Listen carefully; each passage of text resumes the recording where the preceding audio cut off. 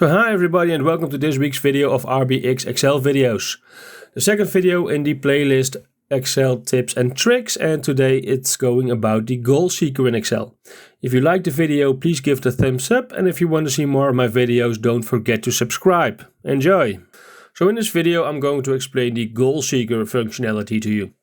And for that I'm using this Excel model. It has a sales price, a number of sales and a cost per unit, and it calculates the total profit. Well, let's say my goal is to reach a total profit of $20,000. And I want to reach that goal by adjusting my sales price. For that I can manually adjust my sales price from 42 to 42.2. So the profit is higher than 20,000 now. I can try 42.1. It's still slightly higher than 20,000, but in this case the goal seeker comes in very handy. And to open the goal seeker functionality, you go to the data tab on your ribbon, you go to what if analysis, and you open the goal seek.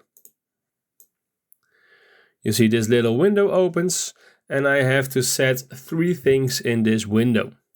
The set cell is the cell I want to set to a certain value.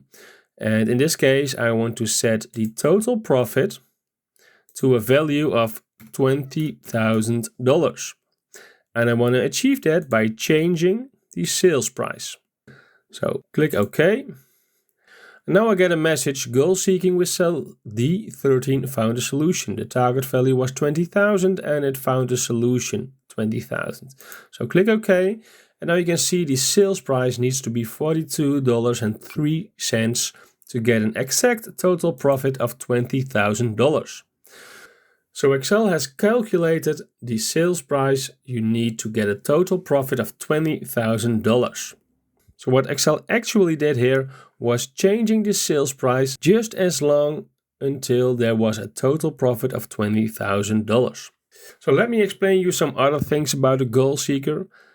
The most important thing is that your goal cell, in this case the $20,000 total profit, has to contain a formula. It has to contain a calculation. And the cell you want to change to get your goal has to be a part of the calculation in your goal cell. That are the two things the goal seeker needs. Another thing I want to explain to you is that the goal seeker doesn't work with text because it's performing a calculation and it cannot calculate with text. And to show you an example, I have a function in here which calculates if I get a bonus or not.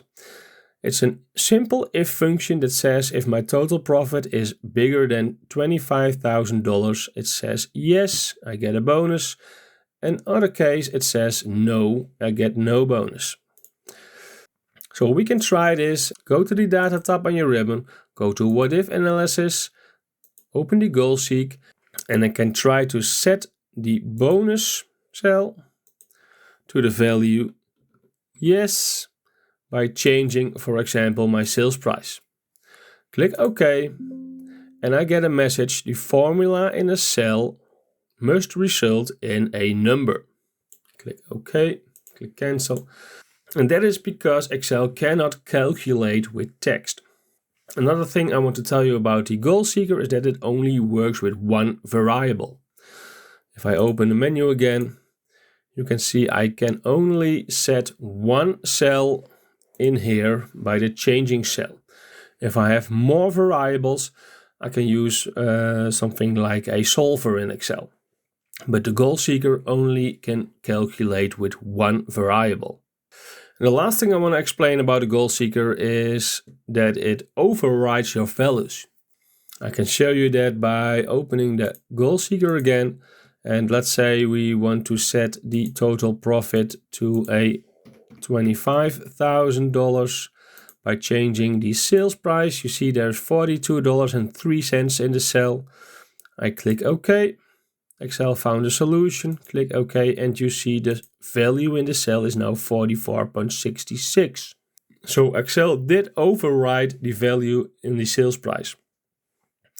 So if you want your original sales price back, you can either press Ctrl Z to get it back, or you have to remember the value.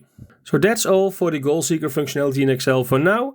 I hope you can use your own Goal Seeker in your Excel files. If you liked the video, please give the thumbs up and don't forget to subscribe to see a lot more of my videos.